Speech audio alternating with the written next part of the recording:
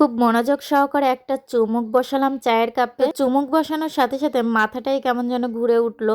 এ এক মাথা ঘুরানো চা বলতে গেলে চলে। তো চায়ের ফার্স্টের কালমাই দেখুন চা বানানোর জন্য কাপটাকে সুন্দর করে আগুনে পুড়িয়ে নিচ্ছে। একে নাকি আগুনে পুড়িয়ে প্রসেসিং করা হচ্ছে।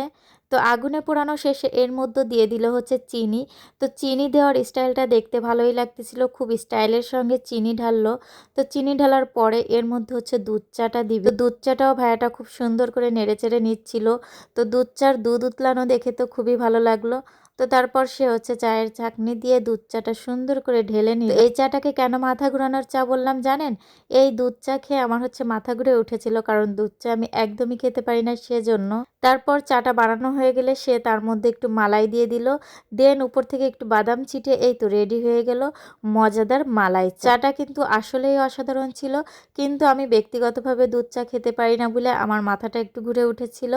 আর যারা দুধ চা মালাই চা পছন্দ করেন তাদের জন্য এটা কিন্তু পারফেক্ট। আমি খেতে পারিনি তা কি হয়েছে, সাথে আমার ভাগ্নি ছিল, সেই সাবার করে দিয়ে